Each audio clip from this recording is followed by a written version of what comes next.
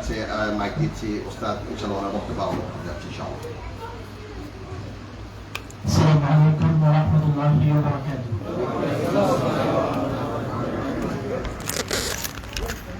اللهم لك الحمد كما ينبغي لجلال وجهك وعظيم سلطانك. اللهم لك الحمد أنت رب السماوات والأرض ومن فيهن. اللهم لك الحمد وأنت نور السماوات والأرض ومن فيهن. اللهم لك الحمد أنت خالق السماوات والأرض ومن فيهن. اللهم أنت الحق وقولك الحق ولقاؤك حق. أشهد أن لا إله إلا الله وحده لا شريك له، له الملك وله الحمد وهو على كل شيء قدير. وأشهد أن سيدنا ومولانا محمدا عبد الله ورسوله، أرسله الله تعالى إلى كافة الناس بشيرا ونذيرا وداعيا إلى الله بإذنه وسراجا منيرا. قال الله سبحانه وتعالى: أعوذ بالله من الشيطان الرجيم، بسم الله الرحمن الرحيم. إن إبراهيم كان أمة قانتا لله حنيفا ولم يك من المشركين شاكرا لأنعمه اجتباه وهداه إلى صراط مستقيم. وآتيناه في الدنيا حسنة وإنه في الآخرة لمن الصالحين. ثم أوحينا إليك أن اتبع ملة إبراهيم حنيفا وما كان من المشركين. صدق الله مولانا العظيم. بارك الله لنا ولكم في القرآن الحكيم. اللهم صل على محمد وعلى آل محمد كما صليت على إبراهيم وعلى آل إبراهيم إنك حميد مجيد. اللهم بارك على محمد وعلى آل محمد كما باركت على إبراهيم وعلى آل إبراهيم إنك حميد مجيد. One organisation কর্তৃক আয়োজিত তৃতীয়বারের মতো তাফসীরুল কোরআন মাহফিলে সম্মানিত সভাপতি, সম্মানিত ওলামায়ে কেরাম, আমার সম্মুখে উপস্থিত সম্মানিত মুরব্বিবৃন্দ, দিনদার আল্লাহওয়ালা আমার প্রিয় ভাইরা, পর্দার অন্তরালের মা ও বোনেরা, মহান রব্বুল আলামিনের দরবারে কৃতজ্ঞ চিত্তে শুকরিয়া আদায় করছি যে আজকের এই সময়ে আল্লাহ আমাদেরকে পবিত্র জায়গায় আল্লাহর একটি ঘরে একত্রিত হওয়ার, কোরআনে কারীমের সুমধুর তেলাওয়াত, শৈল্পিক তেলাওয়াত শোনার এবং কোরআনের এই মজলিসে বসার, তাফসীরের এই মজলিসে বসার আসার সুযোগ দিয়েছেন। মহান রব্বুল আলামিন যে আমাদেরকে বিশেষ মর্যাদা দিয়েছেন, সেজন্য আমরা আনন্দের সাথে, কৃতজ্ঞতার সাথে, অন্তরের গভীর থেকে আল্লাহ শুকরিয়া আদায় করে বলি আলহামদুলিল্লাহ। গত ফেব্রুয়ারি মাসে আমি উমরা পালনের জন্য সৌদি আরব গিয়েছিলাম।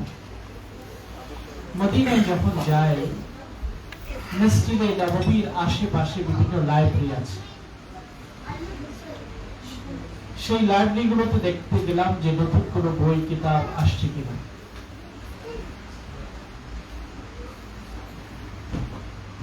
তখন দেখলাম লাইব্রেরিগুলোতে একজন লেখকের অনেকগুলো লেখা ভরপুর। নতুন লেখক, যুবক লেখক, তরুণ লেখক, কিন্তু তার অনেক অনেক কিতাবের সমাহার। লেখকের নাম হলো আদহাম আশ-শারকাওয়ি। কাতারে থাকেন মিশরের অধিবাসী একজন সাংবাদিক এবং লেখক। ওনার ছদ্মনামটা আমাকে খুব আকর্ষণ করেছে। লেখকরা অনেক সময় ছদ্মনাম ব্যবহার করে লেখার ক্ষেত্রে। তো ওনার একটা ছদ্মনাম আছে, নাম হলো কিস ইবনে সাঈদা। কিস ইবনে সাঈদা তিনি একজন ঐতিহাসিক ব্যক্তিত্ব। ইসলামের আগে জাহিলি যুগে ওকাজ মেলায় এসে বক্তৃতা রাখতেন, খুতবা দিতেন। এই যে জাহিলি যুগের বক্তাদের মধ্যে একজন বক্তার নাম হলো কিস ইবনে সাঈদা। আল্লাহ রাসূল তার বক্তৃতার প্রশংসা করেছিলেন এবং তিনি বলেছেন, ইন্না মিনাল বায়ানি লাসিহরা, বয়ানের ভিতরে, বক্তৃতার ভিতরে জাদু থাকে। সুন্দর উপদেশমূলক কথা তিনি বলতেন কিস ইবনে সাঈদা। বর্তমানের এই তরুণ লেখক আদহাম আশ-শারকাওয়ি, তার ছদ্মনাম হিসেবে তিনি ওই ঐতিহাসিক ব্যক্তিত্বকে গ্রহণ করেছেন। তার অনেকগুলো কিতাব আমি দেখলাম, কিতাবগুলো একের পর এক আমি খুলে দেখতে লাগলাম এবং অনেকগুলো কিতাব আমি কিনে ফেললাম। তার মধ্যে একটা কিতাবের নাম হলো রাসাইলু মিনাল কোরআন, কোরআনের মেসেজ, কোরআনের বার্তা। রাসাইলু মিনাল কোরআন, যেহেতু আজকে তাফসীরুল কোরআন মাহফিল, সেটার সাথে এটা সম্পর্ক আছে। তিনি বলছেন যে আমরা অনেকে মনে করি যে ওয়াহী তো বন্ধ হয়ে গেছে, জিবরিল আলাইহিস সালাম আর আসবেন না। কোন সমস্যা তৈরি হলে সমাধান দেওয়ার জন্য রাসূলুল্লাহর কাছে হযরত জিবরিল আসতেন। কেউ প্রশ্ন করলে হযরত জিবরিলকে আল্লাহ প্রেরণ করতেন। কোরআনে কারীমের মধ্যে বারবার আসছে ওয়াসআলুনাক, তারা তোমাকে জিজ্ঞাসা করেছে, তার উত্তর হলো এই, ওয়া ইযা সাআলাকা ইবাদি আন্নী ফাইন্নী করিব, আমার বান্দারা যদি আমার সম্পর্কে জানতে চায় আমি কি কাছে না দূরে, উত্তর হলো আমি খুবই তাদের নিকটে। যখনই তারা আমাকে ডাকবে তখনই আমাকে পাবে। অনেক দূরে না, যে আসতে অনেক সময় লাগবে। অনেক দূরে না, বিপদে পড়লে আমার বান্দা ডাকবে কিন্তু আমার কল রিসিভ হবে না, মিস হয়ে যাবে। কোন কল আমার কাছে যেই কল করে সেটা কখনো মিস হয় না। দিনে হোক রাতে হোক, অরণ্যে হোক জঙ্গলে হোক, পানিতে হোক স্থলে হোক, আমাকে যেই কল করে সাথে সাথে আমি রিসিভ করি। দুনিয়ার মানুষকে, আমাদের মতো সাধারণ মানুষকে কল করলে আপনি পাবেন না, অনেক সময় লাগে রিচ করতে। কিন্তু মহান রব আমাদেরকে বলেন, আমার বান্দা আমার সম্পর্কে জানতে চায় আপনি বলে দিন, যখন ইচ্ছা তখন আমাকে কল করতে পারবে, কোনো মাধ্যম লাগবে না। যাই হোক, বিভিন্ন বিষয়ে প্রশ্ন আসে, সাথে উত্তর দেওয়ার জন্য হযরত জিবরিল আসে। কিন্তু আমরা এখন বিশ্বাস করি জিবরিল আলাইহিস সালাম আর আসবে না। কোন সংকটে, কোন পরিস্থিতিতে উত্তর নিয়ে, কোন প্রশ্নের উত্তর নিয়ে তিনি আর আসবেন না। তিনি বলেন, কথাটি তো ঠিক, কিন্তু আল্লাহর মেসেজ প্রেরণ বন্ধ হয় নাই। এই কথাটা আমার খুব সুন্দর লাগছে। আমাদের প্রত্যেকের জীবনে, প্রত্যেকের কাছে আল্লাহ প্রতিদিন মেসেজ প্রেরণ করেন। আমরা যেমন হোয়াটসঅ্যাপের অনেক মেসেজ পাই, আমরা যেমন টেলিফোনে অনেক মেসেজ পাই, কিছু মেসেজ হয়তো আমরা খুলি আর কিছু মেসেজ হয়তো আমরা খুলি না। আমাদের কাছে অন্য মানুষের যেভাবে মেসেজ আসে, প্রতিদিন আল্লাহর পক্ষ থেকে আমাদের কাছে মেসেজ আসে। হয়তো আমরা খুলি বা খুলি না, বুঝি কিংবা বুঝি না।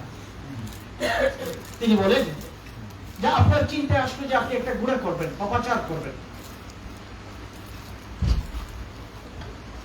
আপনি ঘর থেকে বের হলেন, কিন্তু বের হওয়ার পরে আপনি দেখলেন হঠাৎ করে একটা ফিউনারেলের গাড়ি আপনার সামনে দিয়ে গেল। অনেক সময় ফিউনারেলের গাড়ি আপনারা দেখেন না, রাস্তায় যায়। এটা দেখার পরে আপনি একটু থামলেন, একটু চিন্তা করলেন, কেন এই মুহূর্তে আমি একটা পাপাচার করতে যাচ্ছি, এই মুহূর্তে এই জানাজার গাড়িটা কেন আমার সামনে দিয়ে গেল, ফিউনারেলের গাড়িটা কেন গেল?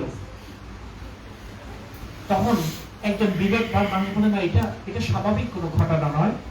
যদিও ফিউনারেল গাড়ি তো চলবেই রাস্তায়, কিন্তু এই মুহূর্তে আমার সামনে দিয়ে এটা যাওয়ার মানে হলো আল্লাহ আমাকে এই মুহূর্তে একটা মেসেজ প্রেরণ করতে চান যে হে বান্দা, তুমি গুনাহ করার জন্য যাচ্ছ, কিন্তু মনে রেখো তোমাকে ফিউনারেল গাড়িতে উঠতে হবে। এই মেসেজটা পাওয়ার পরে সে স্তব্ধ হয়ে গেল। বিবেকবান মানুষ বলুন, হোয়াটসঅ্যাপের এই মেসেজটা, আল্লাহর এই মেসেজটা সে খুলে ফেললো, খুলে পড়লো, থেমে গেল, বললো না আমি আর এই গুনাহ করতে পারি না, কারণ আল্লাহ এই মুহূর্তে এটা পাঠানোর উদ্দেশ্য হলো আল্লাহর মেসেজ এটা। এরকম দুনিয়াতে বিভিন্ন পরিস্থিতিতে আমাদের জীবনে বিভিন্ন মেসেজ। আপনারা জানেন সূরা কাহফে হযরত মূসা এবং হযরত খিদর আলাইহিস সালাম তাদের ঘটনা আল্লাহ বর্ণনা করেছে। প্রতি জুমাবারে আমরা এই সূরাটি পড়েছি। এই সূরা পড়লে, জুমার দিন পড়লে পরের জুমা পর্যন্ত আমাদের অন্তরে নূর থাকবে, আলো থাকবে, কারণ এখানে আল্লাহর দ্বীনের উপর থাকার সংগ্রামের কথা বলা হয়েছে। যুবকদের কাহিনী বর্ণনা করা হয়েছে যারা গর্তে ঢুকে গেছে নিজেদের ঈমানকে বাঁচানোর জন্য। আল্লাহ তাদেরকে 300 বছরের উপরে ওই গর্তের মধ্যে মৃত অবস্থায় রেখেছেন, আবার জীবিত করেছেন। তারা ঘুমেছিল। সেই সূরা কাহফের মধ্যে হযরত মূসা এবং খিদর আলাইহিস সালাম যখন মিলিত হলেন, হযরত মূসা যখন জানলেন আল্লাহর আরেক বান্দা আছে যার অনেক জ্ঞান, ভিন্ন রকম জ্ঞান তার আছে যেটা হযরত মূসার নেই, হযরত মূসা পাগল হয়ে গেলেন। বললেন, হে আল্লাহ, আমাকে তোমার ওই বান্দার কাছে যাওয়ার সুযোগ দাও, আমি শিখবো, আমি জানবো। নবী হয়েও অহংকারী ছিলেন না, যা আমি নবী আবার আরেকজনের কাছে শিখতে যাব, আমার তো জ্ঞান সবচেয়ে বেশি। নবী এরকম ছিলেন না। সেই নবী হযরত মূসা আলাইহিস সালাম এত মর্যাদাবান নবী, উলুল আজম মিনার রুসুল, যারা মর্যাদাবান নবী তাদের একজন হলো হযরত মূসা আলাইহিস সালাম। তিনি যখন জানলেন আরেকজন বান্দাকে আল্লাহ বিশেষ অন্য রকমের জ্ঞান দান করেছেন, তখন তিনি তাড়াতাড়ি আল্লাহর কাছে ফরিয়াদ করলেন, আমাকে তার কাছে যাওয়ার পথটা বলে দেন। তিনি সফর করার জন্য বেরিয়ে গেলেন, জ্ঞান শেখার সফর। এত কষ্টের সফর ছিল, লাকাদ লাকিনা মিন সাফারিনা হাদা নাসাবা। তিনি বলেন, অনেক সফর করেছি, অনেক জার্নি করেছি, কিন্তু ইলমের জন্য, জ্ঞানের জন্য যে সফর, সেটাতে অনেক কষ্ট হয়। কষ্ট ছাড়া কখনো জ্ঞান আসে। তারা দুইজনই যখন সাক্ষাৎ হলো, একটি বোটের উপর তারা উঠেছেন। এই ঘটনা কোরআনে আছে। হাদিসের মধ্যে এই ঘটনার আরো প্রাসঙ্গিক ঘটনাগুলো যেটা কোরআনে আসেনি, হাদিসে এবং তাফসীরের কিতাবগুলোতে এসেছে। তারা দুইজন এক জায়গায় বসার পরে নৌকাতে দেখলো এই নৌকার পাশে একটা পাখি এসে হঠাৎ করে বসে। পাখিটা বসে তার ঠোঁটকে সমুদ্রের পানির মধ্যে ডুবালো, আবার উঠে নিয়ে আসলো। পানি পান করার জন্য পাখিরা যেভাবে ঠোঁটকে ভিজায়, সেভাবে ভিজালো, আবার ঠোঁটকে উপরে তুলে দিল। হযরত খিদর আলাইহিস সালামকে আল্লাহ রহস্যের জ্ঞান দান করেছেন, বিশেষ মারিফাত তাকে দান করেছেন, অনেক জ্ঞান যেটা পিছনে অন্তরালে কি কি কারণে হচ্ছে আমরা জানি না, কিন্তু আল্লাহ তাআলা হযরত খিদর আলাইহিস সালামকে সেই জ্ঞান দিয়েছেন। হযরত খিদর আলাইহিস সালাম মূসা আলাইহিস সালামকে জিজ্ঞাসা করলেন, আপনি কি জানেন ঠিক এই মুহূর্তে এই পাখিটা কেন আমাদের সামনে বসে সমুদ্রের ভিতরে তার ঠোঁটকে ডুবিয়ে দিয়েছে? কি বোঝাতে চায়? হযরত মূসা আলাইহিস সালাম, এটা স্বাভাবিক, পাখিরা পানি পিপাসা লেগেছে এই জন্য সে এসেছে, পানি পান করছে, এটা তো স্বাভাবিক। হযরত খিদর আলাইহিস সালাম বলেন, না, আল্লাহ এটাকে প্রেরণ করেছেন, আমাদেরকে মেসেজ দিচ্ছেন, বার্তা দিচ্ছেন। কি বার্তা? আল্লাহ রাব্বুল আলামিন মূসা এবং খিদর দুজনকে বলছেন, মূসা, তোমার কাছে শরীয়তের ইলম আছে, তাওরাতের ইলম আছে। খিদর, তোমার কাছে অন্তর জগতের অনেক রহস্যের জ্ঞান আমি তোমাকে দিয়েছি। দুজনের জ্ঞানকে যদি একত্রিত করা হয়, আল্লাহর ইলম এবং জ্ঞানের তুলনায় সেটা অনেকটা এত নগণ্য, এই পাখির ঠোঁটে সমুদ্র থেকে যতটুকু পানি ভিজেছে অতটুকু জ্ঞান, বাকি পুরো সমুদ্র হলো আল্লাহর জ্ঞান। এই মুহূর্তে পাখিটা তার সামনে আসার রহস্যটা কি? হযরত খিদর আলাইহিস সালাম আল্লাহর বার্তাটা কি বুঝেছেন। এরকম প্রতিটি জীবনের পরতে পরতে অনেক বার্তা আমাদের কাছে আসে। কোরআন যদিও 1400 বছর আগে নাযিল হয়েছে, কোরআনের প্রতিটি আয়াত হলো লাইভ, কোরআনের প্রতিটি আয়াত হলো জীবন্ত, কোরআনের প্রতিটি আয়াত হলো চলন্ত। আমার জীবনের জীবন্ত চলন্ত যত ঘটনা আছে, সবগুলোর সমাধান আপনি কোরআন থেকেই পাবেন। এটা হচ্ছে কোরআনের মিরাকল, মুজিজা। আপনি একটি সমস্যা নিয়ে অস্থির, চিন্তিত, কোরআনে কারীম খুলবেন, এমন জায়গায় আপনার আয়াতে নজর পড়বে যেখানে সমাধান আছে। হয়তো আমরা কেউ বুঝি না, কেউ বুঝি না। এত পাওয়ার কোরআনে কারীমের মধ্যে আল্লাহ রাব্বুল আলামিন লিখেছেন। এই কোরআন, এই কিতাবের তুলনায় সারা পৃথিবীতে আর কোনো কিতাব হতে পারে না। এই কোরআনের বিপরীতে তাওরাত দাঁড়াতে পারে না, এই কোরআনের বিপরীতে বাইবেল দাঁড়াতে পারে না, এই কোরআনের বিপরীতে কোনো গীতা দাঁড়াতে পারে না, ত্রিপিটক দাঁড়াতে পারে না। এই কোরআন এত পাওয়ারফুল, সারা পৃথিবীর মানুষকে স্তব্ধ করে দিতে পারে। এই কোরআন এত দামি, সারা পৃথিবীর মিলিয়ন মানুষের বুকের ভিতরে আল্লাহ সেটাকে রক্ষিত করে রেখেছে। সহিহ মুসলিমের হাদিসে আছে, এমন একটা কিতাব আমি তোমাকে দেব, কোনো আগুন জ্বালাতে পারবে না, কোনো পানি ডুবাতে পারবে না। প্রশ্ন জাগে, কোরআন তো পানিতে ডুবে যায়, কোরআন তো আগুনে পুড়ে যায়, কিন্তু সহিহ মুসলিমে আল্লাহ রাব্বুল আলামিন তার রাসূলকে বলেছেন এমন কিতাব দেব যেটাকে আগুন জ্বালাতে পারবে না, ভস্ম করতে পারবে না, ছাই করে দিতে পারবে না, এমন কিতাব দেব যেটাকে পানি ডুবিয়ে দিতে পারবে না। এটার অর্থ কি? এটার অর্থ হলো কোরআন, কাগজে লিখিত কোরআন, এটা হচ্ছে মুসহাফ। কোরআন যেটা রিয়েল কোরআন, সেই কোরআন মানুষের অন্তরে অন্তরে আল্লাহ রক্ষণ করে রেখেছে, রক্ষিত করে রেখেছে। সারা পৃথিবীর কোরআনকে যদি আগুনে জ্বালিয়ে দেওয়া হয়, সারা পৃথিবীর কোরআনকে যদি সমুদ্রে ডুবিয়ে দেওয়া হয়, এই পৃথিবী থেকে কোরআন নিশ্চিন্ন হবে না, কারণ মিলিয়ন মানুষের অন্তরে আল্লাহ সেটাকে সংরক্ষিত করে রেখেছে। ছোট্ট 5 থেকে 7 বছরের বাচ্চা কোরআনকে পুরো মুখস্থ করতে পারে, এটা কি মিরাকল নয়? সারা পৃথিবীর মধ্যে আরেকটা কিতাব আপনি দেখান যেটাকে পুরো আগা গোড়া মানুষ মুখস্থ করতে পারে, মুখস্থ করেছে।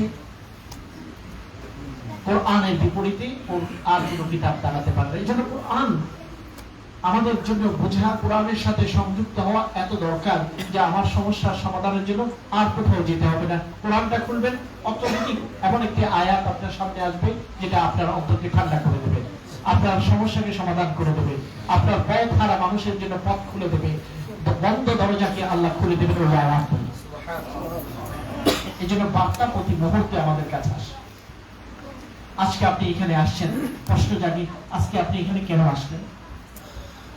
হতে পারতো যে আপনি অন্য কোনো কাজে ব্যস্ত হয়ে যেতে পারতেন, হতে পারতো আজকে কোনো নিকাহ অনুষ্ঠানে আপনার দাওয়াত থাকতে পারতো এই মুহূর্তে, হতে পারতো আপনার কোনো আকিকা অনুষ্ঠানে এই মুহূর্তে দাওয়াত থাকতে পারতো, হতে পারতো কোনো বন্ধু আপনাকে দাওয়াত করে এই মুহূর্তে কোনো বাসায় দাওয়াত দিয়েছে, ওটাতে আপনি ব্যস্ত হয়ে পড়েছেন, এই মাহফিলে আসতে পারেন নাই। এরকম অনেকের চিন্তা ছিল আসবে, আসতে পারেন।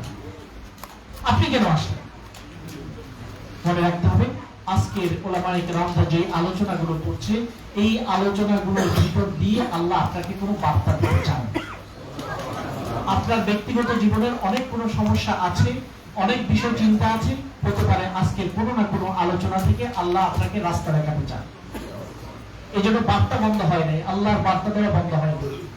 আপনি জুমাতে আসলেন, খুতবা হচ্ছে, কেন আজকের ওই টপিকে ইমাম সাহেব আলোচনা করছেন, খতিব কেন ওই টপিকে আলোচনা করছেন? হতে পারে আপনার কোনো বিষয় দরকার আছে, খতিবের মুখ দিয়ে আল্লাহ বের করছেন। মালিক ইবনে দিনার তিনি মদ পান করতেন, বিপদে চলে গেছেন, রাত ভোর নেশা করতেন, তার ছোট্ট একটা মেয়ে মারা গিয়েছিল। মালিক ইবনে দিনারের ঘটনা ইবনুল কাইয়িম আল জাওজিয়া কিতাবুত তাওয়াবিনের মধ্যে উল্লেখ করেছেন। রাতের বেলায় নেশায় চুর হয়ে বেহুশ হয়ে তিনি পড়ে আছেন, ঘুমিয়ে আছেন, স্বপ্নে দেখেছেন, অনেক দীর্ঘ স্বপ্ন দেখেছেন। একটা সাপ তাকে তাড়াচ্ছে, তাড়াতে তাড়াতে টায়ার্ড করে দিয়েছে, তিনি ভয় পেয়ে গেছেন, পিছনে সাপ খুবই নিকটে চলে আসছে, বাঁচার কোনো উপায় দেখছেন। তিনি দৌড়ছেন, হাঁপাচ্ছেন, একটা পাহাড় আসছে, পাহাড়ের উপরে উঠছেন। ওই পাহাড়ের মধ্যে দেখেন যে একজন বুড়ো মানুষ কতগুলো বাচ্চা নিয়ে বসে আছে বাগানে। তার আগে একজন বুড়োর সাথে তার দেখা হলো, সেই বুড়োকে বললেন আমাকে একটু বাঁচান, পিছনে সাপ। বৃদ্ধটি বললো যে আমার শক্তি নেই, আমি দুর্বল, আপনাকে বাঁচাতে পারবো না, আপনি সামনে যান। ওখানে অনেক বাচ্চাগুলোকে দেখতে পায়, ওই বাচ্চাগুলোর মধ্যে তার নিজের মেয়েটাকেও দেখে, যে মেয়েটা মারা গেছিল ছোটবেলায়। মেয়েটা দৌড়ে এসে বললো, আপু তুমি এখানে? বলছে মা আমাকে তো সাপে দৌড়াচ্ছে।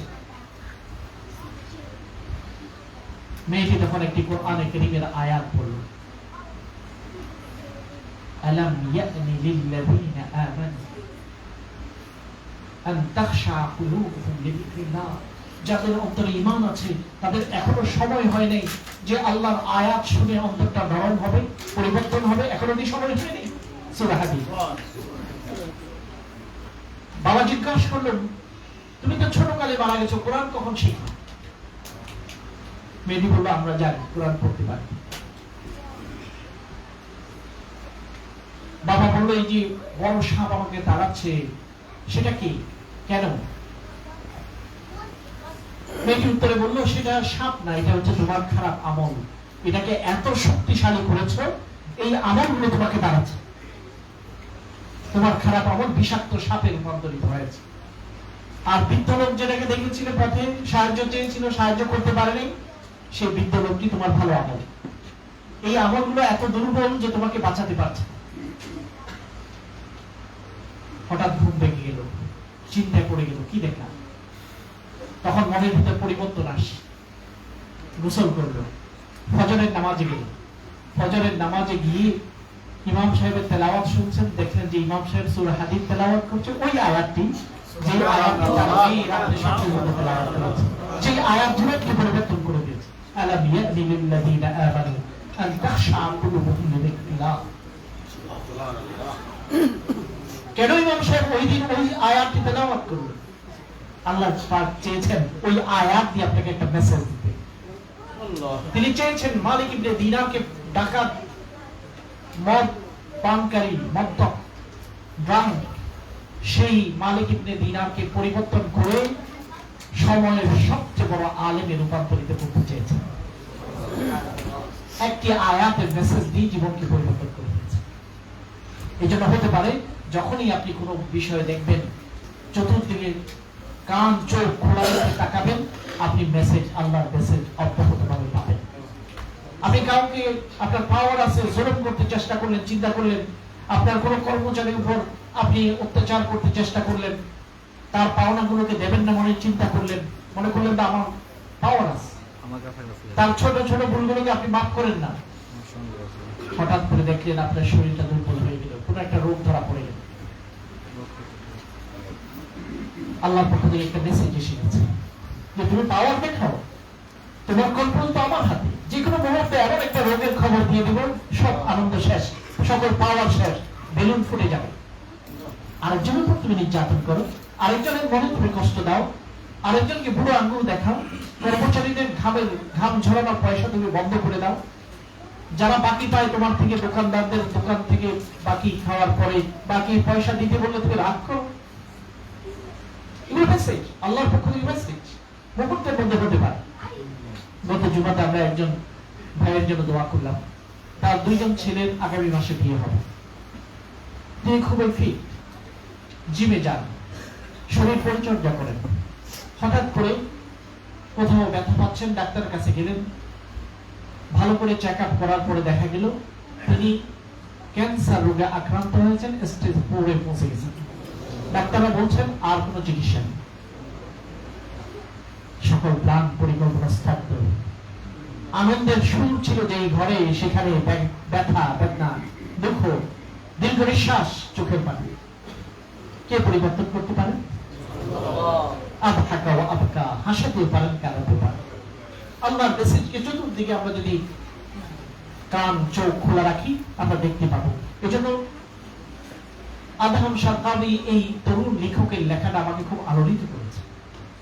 তিনি চমৎকার ভাবে বলেছেন, ওয়াহি বন্ধ হয়ে গেছে, আল্লাহর মেসেজ বন্ধ হয়ে গেছে। আপনার কাছে সব মেসেজ আসে, আপনার কাছে এসএমএস আছে, হোয়াটসঅ্যাপ মেসেজ আল্লাহর পক্ষ থেকে আসে, সেটা হয়তো ভিন্ন ভাবে আপনি খুলে বুঝতে পারেন বা বুঝতে পারেন না, কিন্তু মেসেজ আসে। মেসেজ বন্ধ হবে না, কিয়ামত পর্যন্ত মেসেজ চলবে। কখনো স্বপ্নের মাধ্যমে মেসেজ আসে, কখনো খোলা চোখে মেসেজ আসে, কখনো কানে শুনে মেসেজ পাওয়া যায়। নিজেকে, জীবনকে পরিবর্তন করার মেসেজ এবং বার্তা আল্লাহ রাব্বুল আলামিনের পক্ষ থেকে আল্লাহ প্রেরণ করেন। মেসেজগুলোকে অনুধাবন করতে হবে।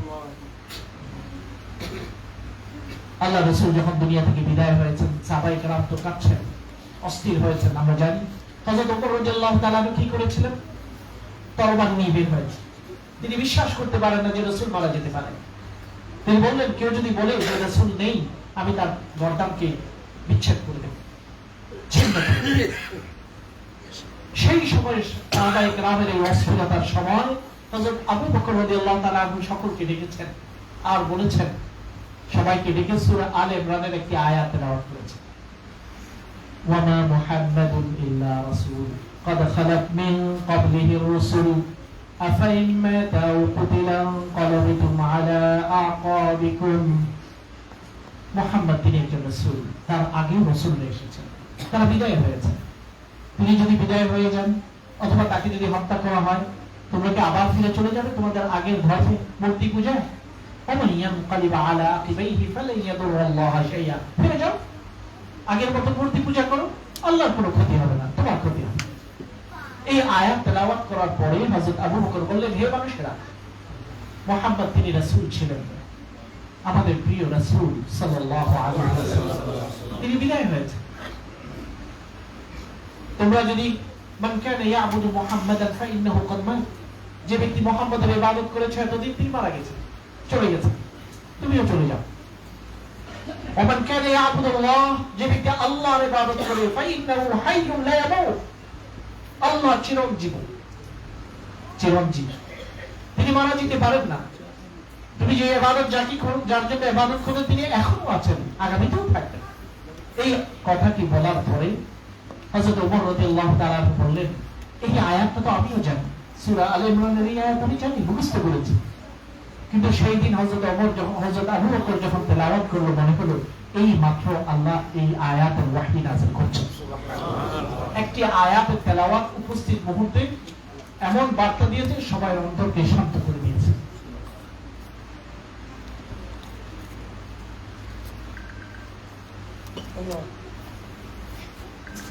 এই জন্য আমরা সবাই বিশ্বাস করি যে আজকে এখানে আল্লাহ আমাকে প্রেরণ করেছেন, আপনাকে প্রেরণ করেছেন মেসেজ নেওয়ার জন্য, বার্তা নেওয়ার জন্য, জীবনকে পরিবর্তন করার জন্য।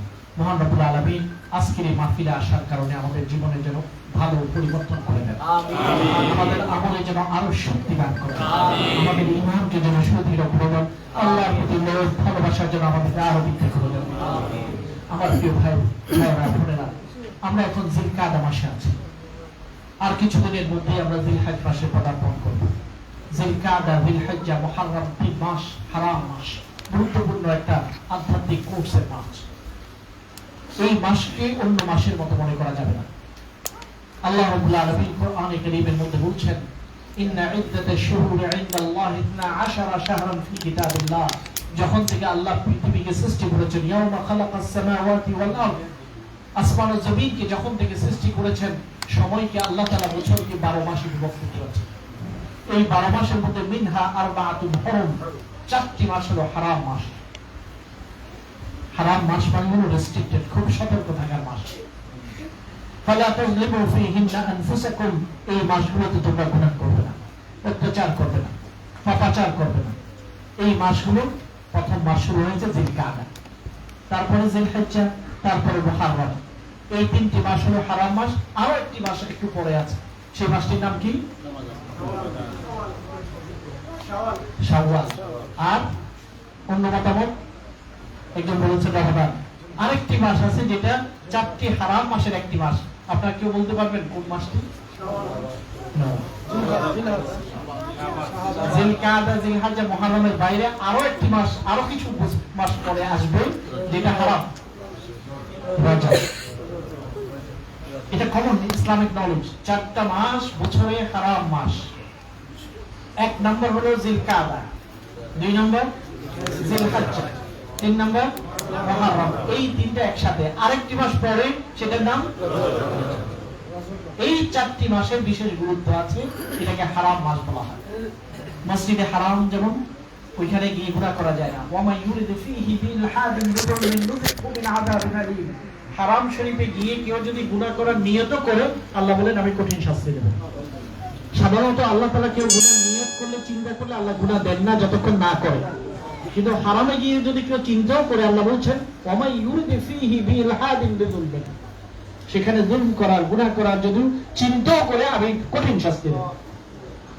তাহলে হারাম এরিয়া, জিওগ্রাফিক্যাল এরিয়া যেটা হারাম, সেখানে গুনাহ নিয়ত করলে, চিন্তা করলে গুনাহ। একইভাবে সময়ের দিক থেকে কয়েকটা মাস হারাম, সেখানে গুনার চিন্তা করা যাবে না। জিলকাদা, জিলহজ্জা, মুহররম আমাদের কাছে অন্য মাসের মতোই, কিন্তু এটার গুরুত্ব অনেক বেশি। আল্লাহ তাআলা এখানে নির্দেশ দিয়ে ফালা তাযলিমু ফীহিন্না আনফুসাকুম, এই মাসগুলোতে তোমরা গুনাহ করবে না। এইজন্য আজকে থেকে আমরা সতর্ক হয়ে যাব। এখান থেকে যাওয়ার পর, যেটা জিলকাদ মাস, হারাম মাস, মসজিদুল হারামে গিয়ে, হারাম অঞ্চলে গিয়ে যেমন আমি গুনাহ করতে পারি না, হারাম সময়েও গুনাহ করতে পারি। হারাম জায়গায় গুনাহ যেমন করতে পারি না, হারাম সময়েও গুনাহ করতে পারি। একটা হচ্ছে জায়গা হারাম, আর একটা হচ্ছে সময় হারাম। এখন আমরা যদিও হারাম জায়গার দিক থেকে হারাম জায়গাতে নেই, আমরা আছি মাসের দিক থেকে হারাম জায়গা। এই দিনগুলোতে গুনাহ করা যাবে না। গুনাহ করতে মনে চাইলে নিজেকে সতর্ক করবেন, না এটা তো জিলকাদা মাস, এটা তো জিলহজ্জা মাস, এটা তো মুহররম মাস, আমি কি করে গুনাহ করব? অন্য মাসে তাহলে কি গুনাহ করা যাবে সেটা নয়, বরং এই মাসে গুনাহ করাটা আরো বেশি পরিমাণ ক্ষতিকর। গুনাহ সবসময় ক্ষতিকর, এই মাসগুলোতে গুনাহ করা আরো বেশি ক্ষতিকর। এই মেসেজটা আজকে এই জায়গা থেকে নিয়ে যাবেন। আমরা এখন জিলকাদাতে আছি, জিলহজ্জাতে আছি, মুহররম। রমাদানের পরে সবচেয়ে গুরুত্বপূর্ণ ইবাদতের সময় হলো এই সময়টি, বিশেষ করে জিলহজ্জের প্রথম 10 দিন খুবই নিকটে আসছে। কেন এই সময়টা বেশি গুরুত্বপূর্ণ? কাকে কেন্দ্র করে এত বেশি আলোড়ন? এই সময়ের গুরুত্ব, এই সময়ের আমল কর্মকাণ্ড, যাকে কেন্দ্র করে আশা করি তার নাম আপনাদের জানা আছে। কাকে কেন্দ্র করে জিলহজ মাসের কার্যক্রমগুলো আমরা পরিচালনা করি? ইব্রাহিম আলাইহিস সালাম। তার কারণে হজ, তার কারণে কুরবানি, তার কারণে সাই, এবং তার কারণে জমজম, তার কারণে এবং তার পরিবারের কারণে তাকে কেন্দ্র করে এই সময়টি আবর্তিত। এজন্য তার জীবনের বার্তাগুলো আমাদেরকে আজকে কিছু গ্রহণ করে নেওয়া দরকার। বাকিটুকু আমরা ঘরে গিয়ে চর্চা করব। আমাদের সন্তানদের সাথে হযরত ইব্রাহিমকে পরিচিত করব। কে হযরত ইব্রাহিম? কেন তিনি আমাদের জীবনে এত গুরুত্বপূর্ণ? আমাদের কোনো নামাজ হয় ইব্রাহিম আলাইহিস সালামের নাম ছাড়া? আমাদের প্রতিটি নামাজ আমরা সমাপ্ত করি আল্লাহুম্মা সাল্লি আলা মুহাম্মাদ ওয়া আলা আলি মুহাম্মাদ কামা সাল্লাল্লাহু আলা ইব্রাহিম ওয়া আলা আলি ইব্রাহিম ইন্নাকা হামিদুম মাজিদ। দুইবার পড়লেন, তারপরে বলেন আল্লাহুম্মা বারিক আলা মুহাম্মাদ ওয়া আলা আলি মুহাম্মাদ কামা বারাকতা আলা ইব্রাহিম ওয়া আলা আলি ইব্রাহিম। তাহলে প্রতিটি নামাজ শেষ করার সময় কয়বার আমরা ইব্রাহিমের কথা বলি? 4 বার। 2 বার সালাত, 2 বার বারাকাত। তার জন্য আমরা তাকে স্মরণ করি। কারণ এত গুরুত্ব কেন ইব্রাহিম আলাইহিস সালামের? মিল্লাতা আবিকুম ইব্রাহিম, তিনি আমাদের আবি, আমাদের বাবা, মিল্লাতের বাবা। আল্লাহ তাআলা বলছেন সাম্মাকুমুল মুসলিমিন, তোমরা যে মুসলিম নাম নিয়ে গর্ব করো, এই নামটি তিনি দিয়েছেন। হযরত ইব্রাহিম আলাইহিস সালাম আমাদের নাম দিয়েছেন মুসলিম জাতি। তিনি আমাদের বাবা যেমন নাম রাখে, তিনি আমাদের নাম রেখেছেন। আমাদের নাম মুসলিম মিল্লাত, মুসলিম এই নামটি আমাদেরকে দিয়েছেন হযরত ইব্রাহিম আলাইহিস সালাম। এজন্য হযরত ইব্রাহিম আলাইহিস সালামের গুরুত্ব অনেক বেশি। সকল নবীদের সাথে যখন মেরাজের রাতে আল্লাহ রাসূলের দেখা হয়েছে, দুইজন নবী আল্লাহর নবীকে সালাম দেওয়ার সময় বলেছেন আমার পুত্র। কোন কোন নবী বলেছেন আমার পুত্র? হযরত আদম এবং হযরত ইব্রাহিম। অন্য নবীরা বলেছেন সালাম আপনি নবীর প্রতি, সালাম আমাদের ভাইয়ের প্রতি। আর হযরত আদম আলাইহিস সালাম এবং হযরত ইব্রাহিম আলাইহিস সালাম বলেছেন সালাম নবীর প্রতি, সালাম আমার পুত্রের প্রতি। এজন্য আল্লাহ রাসূলের গ্র্যান্ডফাদার, গ্রেট গ্র্যান্ডফাদার হযরত ইব্রাহিম আলাইহিস সালাম। শুকর। হযরত ইব্রাহিম আলাইহিস সালামের কথা এত গুরুত্বপূর্ণ কেন? কারণ তিনি স্যাক্রিফাইস করেছেন। তার পরীক্ষা হয়েছে, একের পর এক পরীক্ষা হয়েছে। 10টি বড় বড় পরীক্ষা তিনি দিয়েছেন। যত পরীক্ষা তত বড় ডিগ্রি। যে ব্যক্তি প্রাইমারি পাস করবে তার পরীক্ষা একবার হয়, হয়তো সেট পরীক্ষা একবার দুবার বসবে। যে ব্যক্তি ম্যাট্রিক পাস করবে তার পরীক্ষা তারপর আরেকটু বেড়ে যায়। ইন্টারমিডিয়েট যে পাস করবে, এ লেভেল যে করবে তার পরীক্ষা আরেকটু বেড়ে যায়। যে ব্যক্তি ইউনিভার্সিটি যাবে, গ্রাজুয়েশন করবে, তার পরীক্ষা আরো বাড়ে যায়। Masters, PhD, post doctorate. হযরত ইব্রাহিম আলাইহিস সালাম পরীক্ষার পর পরীক্ষা দেওয়ার কারণে তার মর্যাদা অনেক অনেক উপরে উঠে গেছে এবং বড় টাইটেল পেয়েছেন। হযরত ইব্রাহিম আলাইহিস সালামের টাইটেল কি? খলিলুল্লাহ। খলিলুল্লাহ মানে হচ্ছে বন্ধুত্ব যার গভীরে পৌঁছে যায়। গভীর বন্ধুত্বকে বলা হয় খুল্লাহ, খুল্লাতুন, এবং তিনি খলিল হযরত ইব্রাহিম আলাইহিস সালাম। আল্লাহ রাব্বুল আলামিন একটি আয়াতে তার কিছু গুণ বর্ণনা করেছেন। আমরা আপনারা ইনশাআল্লাহ জুমার খুতবাগুলোতে শুনবেন কুরবানির ইতিহাস, হজের ইতিহাস, জিলহজ মাসের করণীয়। আমি সেই দিকে যাব না, কারণ রেগুলার আলোচনাগুলোতে, জুমার আলোচনাগুলোতেই আপনারা এগুলো পাবেন। কিন্তু আমি আজকে একটি আয়াত সূরা নাহলের একটি আয়াত আপনাদের সামনে তেলাওয়াত করেছি। ওই একটি আয়াতে অনেকগুলো গুণের কথা হযরত ইব্রাহিমের ভিতরে আছে। আল্লাহ বলেছেন, আল্লাহ তাকে ভালোবেসেছেন কেন? ওই গুণগুলোর কারণে, এবং ওই গুণগুলোকে আমাদেরকে অনুকরণ করতে বলেছে। এই জন্য আমরা ওই আয়াতটা দিকে একটু নজর দেব। ওই আয়াতে যে গুণগুলোর কথা বলেছে আমাদের জীবনেও সেগুলোকে আয়ত্ত করার চেষ্টা করব ইনশাআল্লাহ। হযরত ইব্রাহিমের গুণগুলো কি আমরা শুনতে চাই? অনেক গুণ আছে, অনেক আয়াতে আরো অনেক গুণের কথা বলেছেন। কোথাও আল্লাহ বলেছেন লা হালিম, আওয়াহুম মুনিব, তার নাম দিয়েছেন আল্লাহ হালিম। কোন হালিম? এটা শাহী হালিম? এটা কোরআনের হালিম, এটা শাহী হালিম না, রমাদানের হালিম না। তার নাম দিয়েছেন আল্লাহ আওয়াহ, তার নাম দিয়েছেন আল্লাহ মুনিব। এই আয়াতে অন্য গুণগুলো বলেছেন। আল্লাহ বলেন কি, ইন্না ইব্রাহিমা কানা উম্মাতান কানিতান লিল্লাহ। ইব্রাহিম আলাইহিস সালাম তিনি ছিলেন উম্মত। কি উম্মত? মানে একটা জাতি। আমরা যখন বলি উম্মত মানে একটা বড় জাতি, কয়েক বিলিয়ন মানুষকে বলা হয় উম্মতে রাসূল। কিন্তু আল্লাহ রাব্বুল আলামিন ইব্রাহিম আলাইহিস সালামকে বলেন উম্মত। এটার অর্থ একজন মানুষ কিভাবে উম্মত হয়? হযরত ইব্রাহিম আলাইহিস সালাম কানা উম্মাতান, এটা তাফসীরে অনেক ব্যাখ্যাগুলো বলা হয়েছে। সংক্ষিপ্ত হলো, সেই সময়ে আল্লাহর এককভাবে আল্লাহকে বিশ্বাসকারী আর কেউ ছিল না। একজন ব্যক্তি, একজন জাতি, এবং তার থেকে তাওহীদের জাতি তৈরি হয়েছে। এই জন্য তিনি একজন হতে পারেন, কখনো কখনো একজন মানুষ, একজন জাতি, পুরো জাতিকে একজনে পরিবর্তন করতে পারে। হযরত ইব্রাহিম আলাইহিস সালাম সেরকম ব্যক্তিত্বের অধিকারী ছিলেন। তিনি ছিলেন উম্মত, কানা উম্মাতান, তাওহীদের প্রবর্তক, তাওহীদকে তিনি চালু করেছেন। হযরত ইব্রাহিম আলাইহিস সালাম আমাদেরকে উম্মত কনসেপ্ট দান করেছেন। আমরা এখন এই গ্রুপ, ওই গ্রুপ, নানা গ্রুপে বিভক্ত হয়েছে। উম্মত শব্দটি আমাদের মুখ থেকে চলে গেছে। আমরা অমুক গোষ্ঠী, অমুক পীরের অনুসারী, অমুক সেক্টের অধিকারী। অথচ তাওহীদের অনুসারী সকলে যে এক উম্মত, এই কথাটা আমাদের মাথা থেকে চলে গেছে। যখনই আমি জানবো একজন ব্যক্তি বলে লা ইলাহা ইল্লাল্লাহ মুহাম্মাদুর রাসূলুল্লাহ, এই কালিমা বলার পরে সে আমার ভাই, সেই বান্দা, তার বিচার বিশ্লেষণের দায়িত্ব আমার নয়, আল্লাহ করবেন। তবে সেই কালিমা পড়ার কারণে এই উম্মতের সদস্য, আমার পরিবারের সদস্য।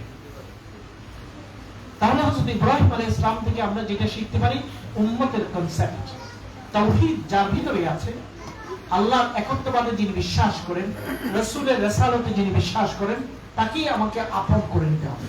তাকে কোনোভাবে ঘৃণা করা যাবে না। মতের পার্থক্য থাকতে পারে, চিন্তার পার্থক্য থাকতে পারে, রঙের পার্থক্য থাকতে পারে, ভাষার পার্থক্য থাকতে পারে, কিন্তু সে আমার ভাই, ঈমানের ভাই, কালিমার ভাই, তাওহীদের ভাই। এই চিন্তার নাম হলো উম্মতের চিন্তা। এই চিন্তা রাসূলুল্লাহ সাল্লাল্লাহু আলাইহি ওয়াসাল্লাম করেছেন। এমনকি কাফিরদেরকে আমি ঘৃণা করতে পারি না, তারাও আল্লাহ রাসূলের উম্মত। রাসূলুল্লাহ বলেছেন আমার উম্মত দুই রকম, একজন হলো উম্মতে দাওয়াত, আরেকজন হলো উম্মতে ইজাবাত। সবাই প্রতি রাসূলের মেসেজ, সবাই মুসলমান হওয়ার অধিকার আছে। একজন ইংলিশ ব্যক্তি, অমুসলিম যদি আপনার কাছে এসে বলে আমি মুসলমান হতে চাই, আপনি কি বাধা দেওয়ার কোনো অধিকার আছে? আপনি বলতে পারবেন না, আমি জন্মগত মুসলমান, তুমি কি, তোমার জন্য রাস্তা বন্ধ।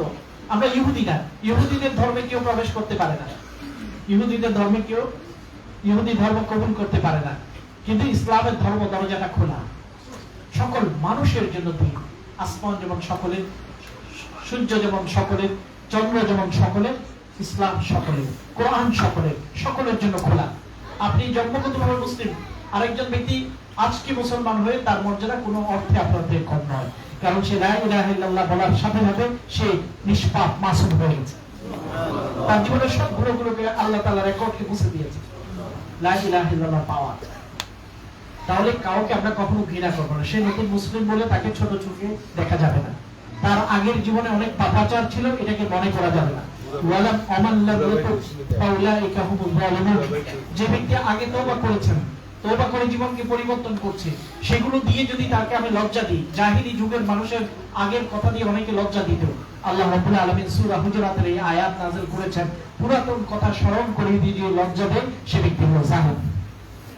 অনেক মানুষ আছে না জীবন পরিবর্তন হয়ে গেছে, আগে হয়তো মদ পান করতো, আগে হয়তো চুরি ডাকাতি করতো, আগে হয়তো গুনার কাজে লিপ্ত ছিল, এখন তাকে তওবা করে 5 ওয়াক্ত নামাজি হয়ে গেছে, দাড়ি রেখে দিয়েছে, লম্বা জামা পরে সেজদা করে ভালো মানুষদের সাথে চলে। এখন পুরাতন কথা দিয়ে আপনি যদি খোঁচা দেন, সে তার কোনো ক্ষতি হবে না, আপনার ক্ষতি হবে। আপনি যত দিকদারই হন না কেন, আপনি হয়ে যাবেন জালেম। কে বলেছেন? আল্লাহ বলেছেন, সূরা হুজুরাতে বলেছেন। এই জন্য কাউকে কখনো আমরা ছোট করে দেখবো না। যেই কালিমা পড়েছে তাকে ভালোবাসবো, সে আমার ভাই। সে ভিন্ন কোনো ইমামকে অনুসরণ করে, সে হানাফি, সে শাফি, সে মালিকি, অথবা সে সালাফি, সে অমুক, সে সমুক, কোনো পার্থক্য নেই। আপনি কোনো একটা বিষয়কে প্রাধান্য দিতে পারেন, ঘৃণা করতে পারেন। উম্মতের কনসেপ্ট যখন উম্মত আমাদের থেকে চলে যাবে, আমরা দ্বিধা বিভক্ত হয়ে যাব, আমাদের ফাঁকের ভিতরে শয়তান ঢুকে যাবে। এই জন্য আমরা একজন আরেকজনকে ভালোবাসার চেষ্টা করব, কখনো ঘৃণা করব। অনেক মানুষ আছে যে হঠাৎ করে ইসলাম প্র্যাকটিস শুরু করে, কারো ধোকায় পড়ে যায়, সালাম দেওয়া বন্ধ করে, আলেম ওলামাদের সাথে সংযুক্তি কমিয়ে দেয়, মুখকে কালো করে ফেলে, মনে করে যে তারা বিদআত করছে। শুধু এরকম কিছু মানুষকে দেখবেন, এটা কখনো সহি পথ হতে পারে না। আমি একজনকে বললাম, একজন নতুন মুসলমান হয়েছে, আমার কাছে অনেকদিন পড়াশোনা করছে, কোরআনে কারীম পড়ছে, মদিনায় প্রেরণ করার জন্য আমি রেফারেন্স লেটার দিলাম, মদিনায় চান্স পেল, হঠাৎ করে কার খপ্পরে পড়ে গেল যে বলছে এদের আকীদা ঠিক নেই, তুমি ওদের কাছে যেও না। এরপর থেকে আমাকে দেখবনি মুখ করিয়ে মদিনায় চলে যাচ্ছে, আমি রেফারেন্স দিয়ে পাঠাচ্ছি, যাওয়ার সময় একটু বলেও দিল না যার মদিনায় যাচ্ছে। আমি একদিন পথে দেখা হওয়ার পরে ও মুখ দিয়ে বলছে, আমি তার সামনে গিয়ে দাঁড়িয়ে গেলাম। আমি বললাম, আমি জানি না তুমি কোন ধর্ম অনুসরণ করো, কোন কার মাযহাব অনুকরণ করো, কিন্তু আমাদের রাসূল বলেছেন একজন মুসলমান আরেকজন মুসলমানের সাথে সাক্ষাৎ হলে মিষ্টি করে যখন হাসে তাকে আল্লাহ সাদাকা সওয়াব করে। এটাই আমাদের রাসূলের শিক্ষা। মুখ ঘুরিয়ে ফেলা, মুখকে কালো করা, মতের পার্থক্যের কারণে, এটা আমাদের রাসূলের সুন্নাত নয়। এটা বলে আমি সামনে হাঁটা শুরু করি।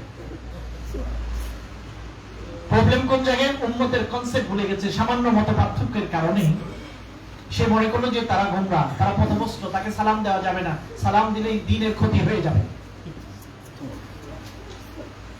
তাহলে আমরা আজকে থেকে যে লা ইলাহা ইল্লাল্লাহ পড়ে তাকে ভালোবাসবো।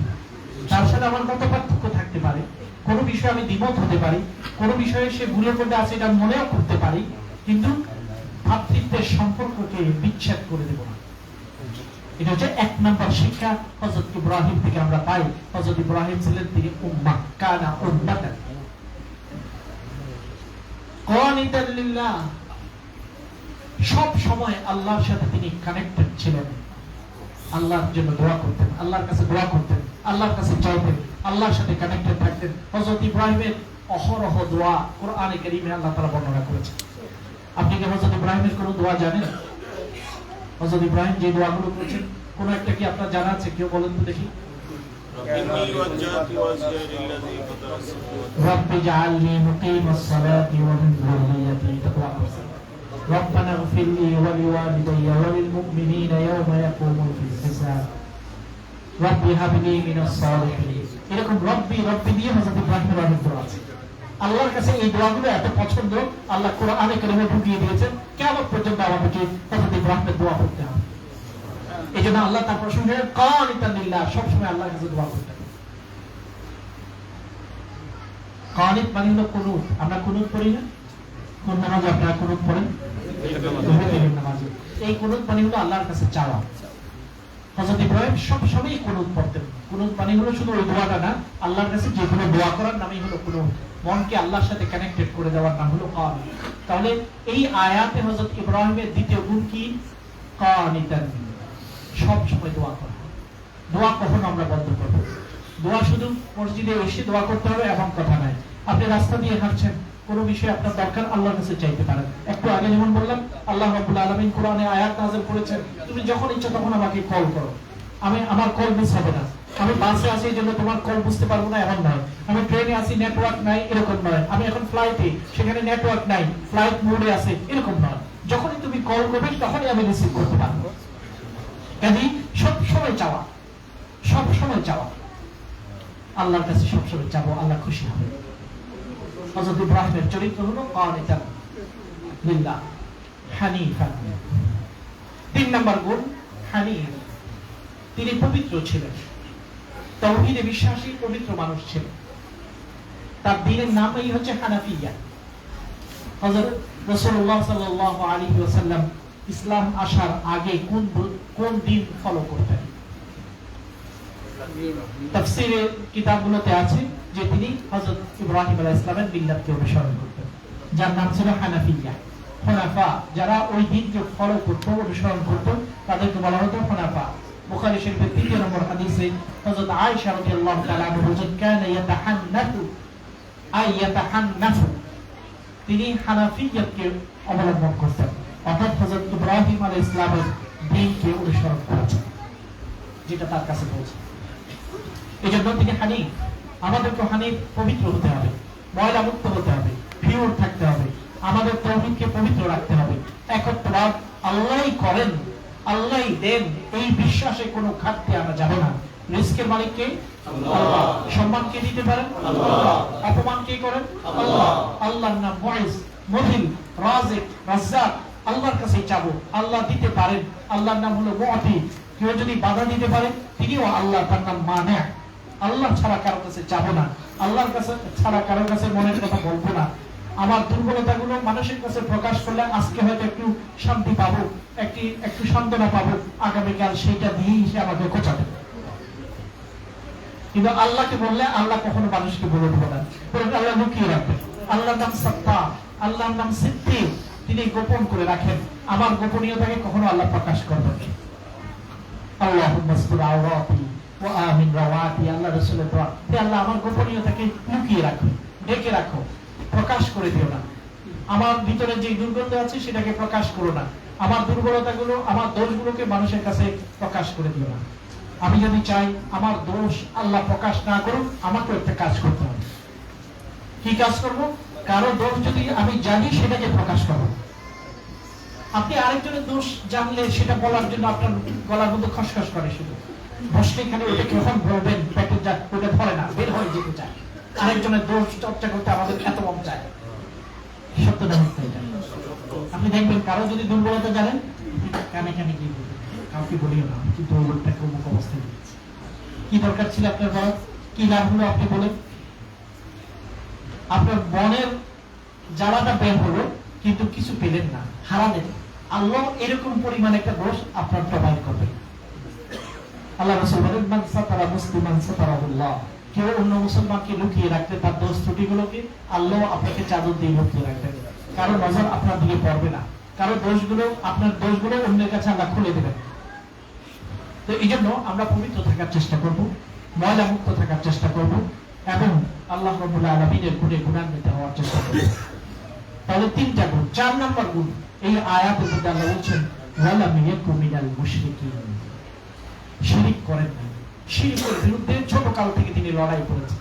আপনারা জানেন, ছোটকালে হযরত ইব্রাহিম আলাইহিস সালাম যখন দেখলো তার বাবা আযর নিজে মূর্তি বানিয়ে বিক্রি করে, মূর্তি, তার ঘরে মূর্তি ভরা, মূর্তির ঘরে জন্ম লাভ করেছেন হযরত ইব্রাহিম, মূর্তির বিরুদ্ধে সংগ্রামে ছিলেন হযরত ইব্রাহিম। আল্লাহর কুদরতের প্রকাশ। মূর্তি পূজারক, মূর্তি পূজার প্রবর্তক, মূর্তি বানানোওয়ালা, তার ঘরের মধ্যে আল্লাহ খলিলুল্লাহ তৈরি করতে পারে। এটা আল্লাহর পাওয়া।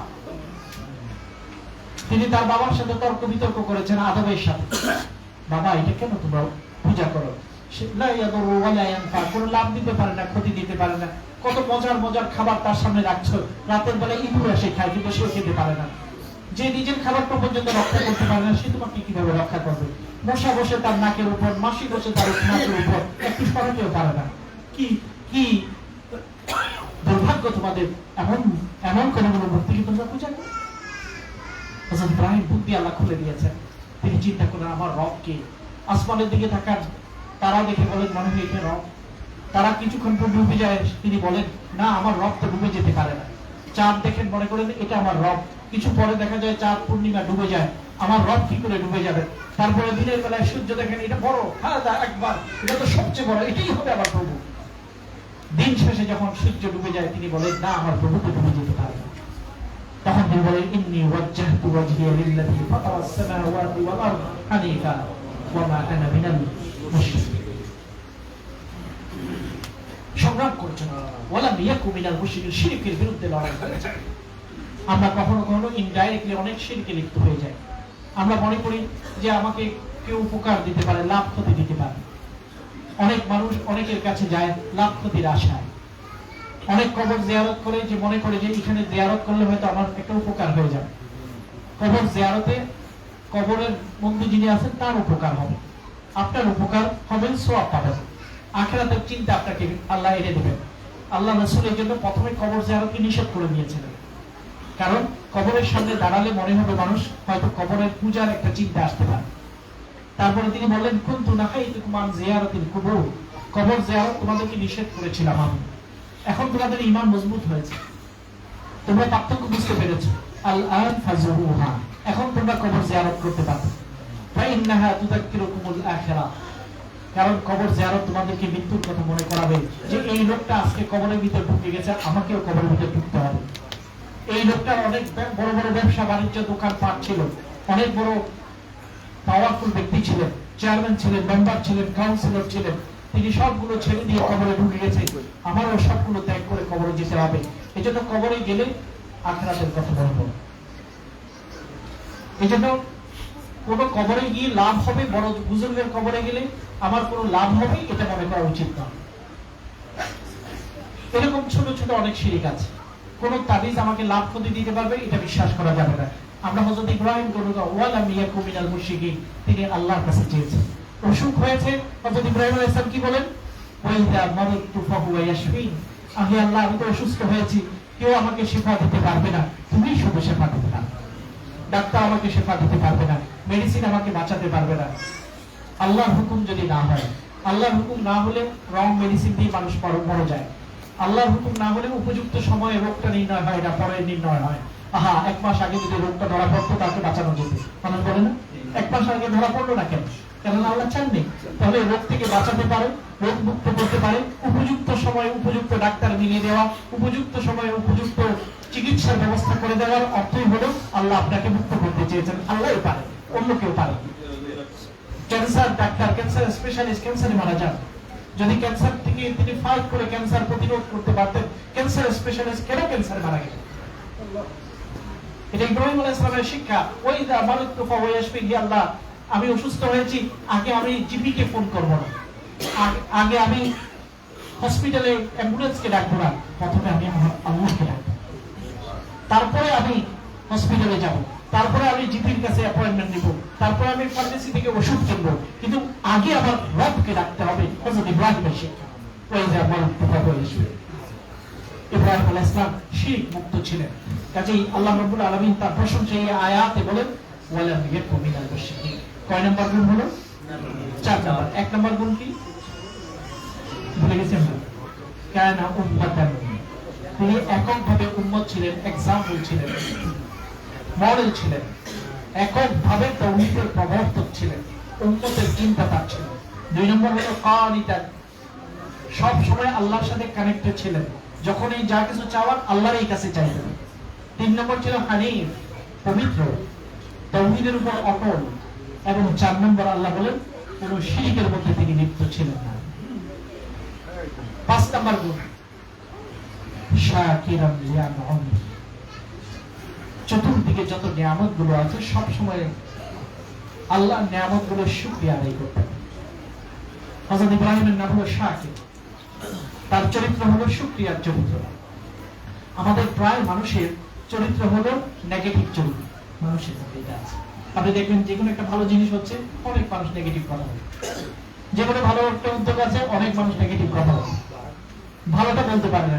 গোলাপ ফুল দেখলে গোলাপের সৌন্দর্য না দেখে প্রথমে গোলাপের নিচে কাঁটাটা দেয়, এই এটাতে তো অনেক কাঁটা, হাত ধরলেই তো কাঁটা পড়ে যাবে, এই কথা বলে না, কি চমৎকার গোলাপ, বাহ, এটা বলে না। আগে বলে এই কাঁটা আছে, ধরলে রক্ত বের।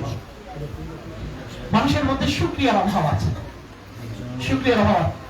স্ত্রী ঘরে রান্না করে, এত কষ্ট করে রান্না করছে, সবাই প্রশংসা করে, আগে বলে কি রাত হলো, রান্না কি ভুলে গেছে নাকি, লবণ এত বেশি হলো, ঝাল এত কম হলো, আর একটু ঝাল হলে ভালো লাগে। তাহলে নেগেটিভ গুলো বলতে আমাদের খুব পছন্দ হয়। কিন্তু হযরত ইব্রাহিম আলাইহিস সালাম এরকম নেগেটিভ ছিলেন না। আমাদের জীবনের জন্য হযরত ইব্রাহিম থেকে শিখবো যে শুকরিয়ার গুণ, কৃতজ্ঞতা প্রকাশের গুণ। যে ব্যক্তি তার জীবনে যত বেশি কৃতজ্ঞ হবে, আল্লাহ তার নিয়ামতকে তত বেশি ভালোবাসেন।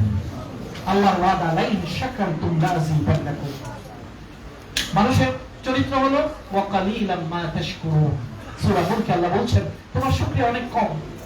আবদুল্লাহ সরকারি, যিনি রাসাইল মিনাল কোরআন লিখেছেন, কোরআনের মেসেজ লিখেছেন, তিনি বলেন এই আয়াতের অধীনে তিনি বলেন দেখেন আমাদের শুকরিয়া কত কম। হসপিটালের পাশ দিয়ে আসা যাওয়া প্রায় করেন, কিন্তু কখনো এই কথা বলেন না, হে আল্লাহ আমাকে তো এই হসপিটালে রোগী হিসেবে ভর্তি করে রাখতে পারতে, তুমি আমাকে রাস্তার পাশ দিয়ে নিয়ে যাচ্ছ, হসপিটালের পাশ দিয়ে নিয়ে যাচ্ছ, হে আল্লাহ তোমার জন্য শুকরিয়া। এই কথা মুখ দিয়ে বাইর হয়। জেলের পাশ দিয়ে যাচ্ছেন, এই কথা মুখ দিয়ে বাইর হয় না। এই জেলের মধ্যে কত মানুষ তারা পরাধীন হয়ে আছে, ইচ্ছা মতো বের হতে পারছে না, হে আল্লাহ তুমি আমাকে স্বাধীন করে বাইরে রেখেছো, জেলের বাইরে রেখেছো। এরকম নানা বিষয়। আপনি যুদ্ধের খবর দেখেন, গাজাতে যুদ্ধের খবর দেখেন, কিন্তু একবারও এই ফিলিং আপনার হয় না, হে আল্লাহ আমিও তো গাজাবাসীর একজন হতে পারতাম, যারা তাদের অনিরাপদ, যাদের উপর যে কোনো মুহূর্তে আক্রমণ হয়ে তারা জীবন নষ্ট হয়ে যেতে পারে, আমার তো সেরকম, আল্লাহ তুমি আমাকে নিরাপদ জায়গায় রেখেছো, তোমার জন্য শুকরিয়া আদায় করি। এই কথা বলতে হয়। আমি তো দেখি অনেক জায়গায় তুফান হচ্ছে, অনেক জায়গায় টর্নেডো হচ্ছে, হাজার হাজার মানুষ মারা যাচ্ছে, তখন এই শুকরিয়া মুখ দিয়ে আসে না যে হে আল্লাহ আমাকে তো এরকম টর্নেডো দাও নাই, ভূমিকম্প দাও নাই, এরকম বিপদের মধ্যে ফেলো নাই, হে আল্লাহ আমাকে আরামে রেখে তোমার জন্য শুকরিয়া।